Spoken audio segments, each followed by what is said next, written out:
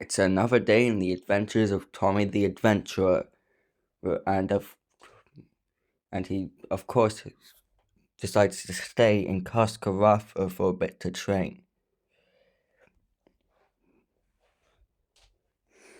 Tommy gets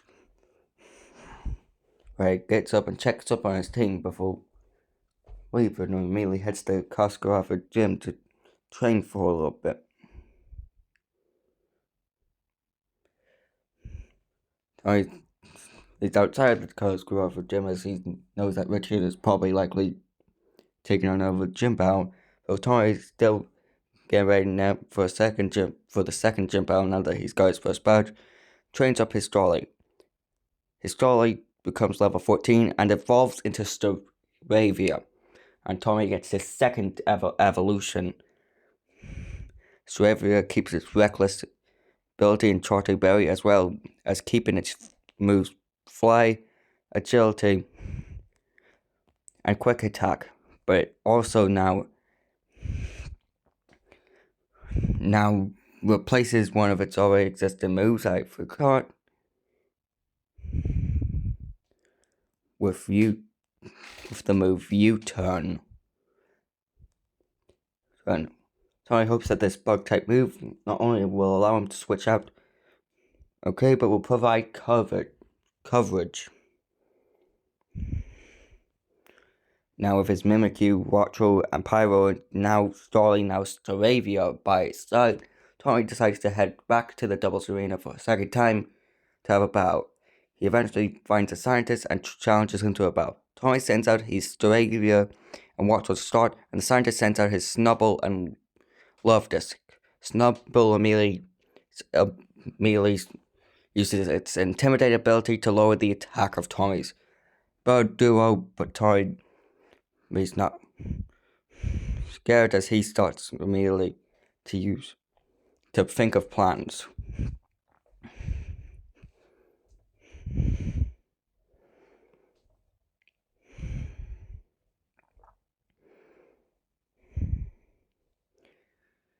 As the battle starts to officially start, the first moves happen.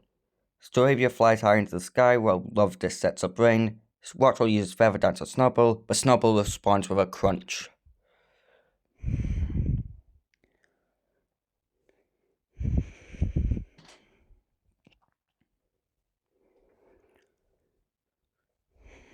With the rain now set up, the Pokemon set up for the next attack as the rain pours down on the battle arena section of the doubles arena facility, and Love Disc fails to squirt water as Tommy's Staravia comes down with a fly, and Tommy's Wattrel uses a thunder to KO the Love Disc, but the scientist Snubbull retaliates with a crunch. The scientist then sends in his last Pokemon, Electabuzz. And Tommy, now knowing that his Staravia is likely in trouble, gets ready to switch it out, but he decides to use the new U-turn move to at least do a little bit of damage. While Electivire uses Quick Attack, Staravia uses U-turn to pivot out to Pyro, while Wattrel pecks and Snubbull uses Crunch. Pyro, now that it's switched in, gets ready to use its Flamethrower attack, as of course recently it became obedient once again. Pyro uses Flamethrower, which takes out Snubbull, leaving Tommy with the 2v1 advantage, though Electivire uses Thunder Punch, but Wattrel uses its own Thunder attack on Electivire, which doesn't do much damage, of course. Now with the 2v1 advantage, Tommy sets up to finish the matchup up with an amazing attack attempt. As while the Electabuzz uses Quick Attack, one last Flamethrower from Pyro wins Tommy the battle. Tommy, after the battle, gets outside of the doubles battle arena, and returns outside to the Cascarafa gym, where a bunch of wild Squavits are now rampaging.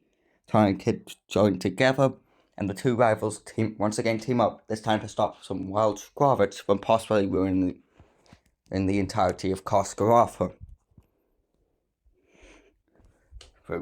They eventually find the two squavets and they engage the squavets in battle. Tony sends out his Mimikyu while Kit sends out her Grimer, and the two squavets charge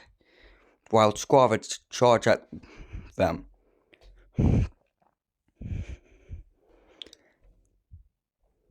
Tony immediately analyzes the scene and knows that the wild squavets are gonna likely realize that the wild squavet identifies the squavets level as 10 on level 10 on both of them. Them knowing that they will likely be using basic moves, as a wild Pokemon can't use much powerful moves in this day at this time. Mimikyu immediately used Drain Punch on one of the squavets, but one of the squavets will retaliate to a tackle on Grimer. The other squavet's tackle of Mimikyu, of course, doesn't work because Ghost Type immunity, and Grimer wraps its toxic poisonous bite around one of the squavets to stop it from escaping.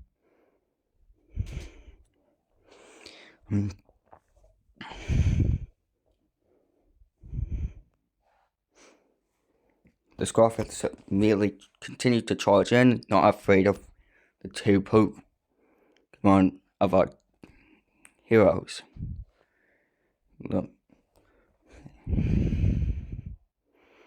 And as the battle continues, Mimikyu attempts a Shadow Sneak, but the Squavet dodges, but the Squavet's attempts at tackles on Mimikyu, of course, don't work. Grimer then once again wraps its toxic body around the other Squavet to stop both of the Squavets from escaping.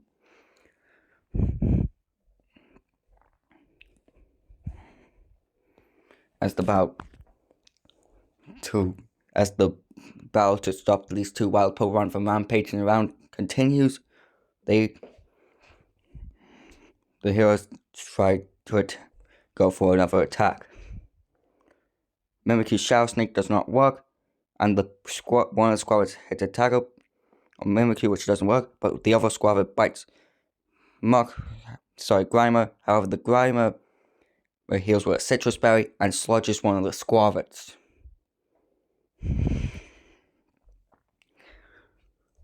As Grimer and Mimikyu continue to hold off the wild Squavets, as always, the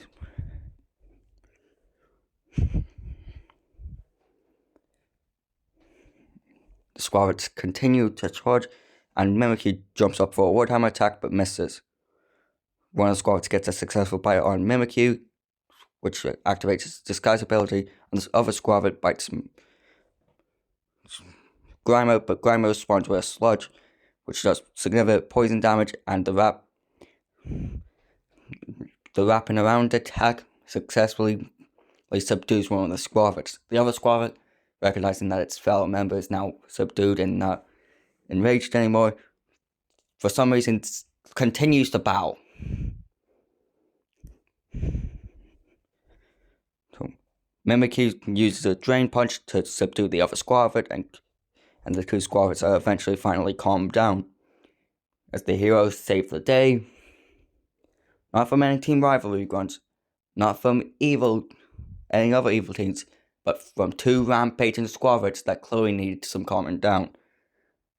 And that's it. Goodbye.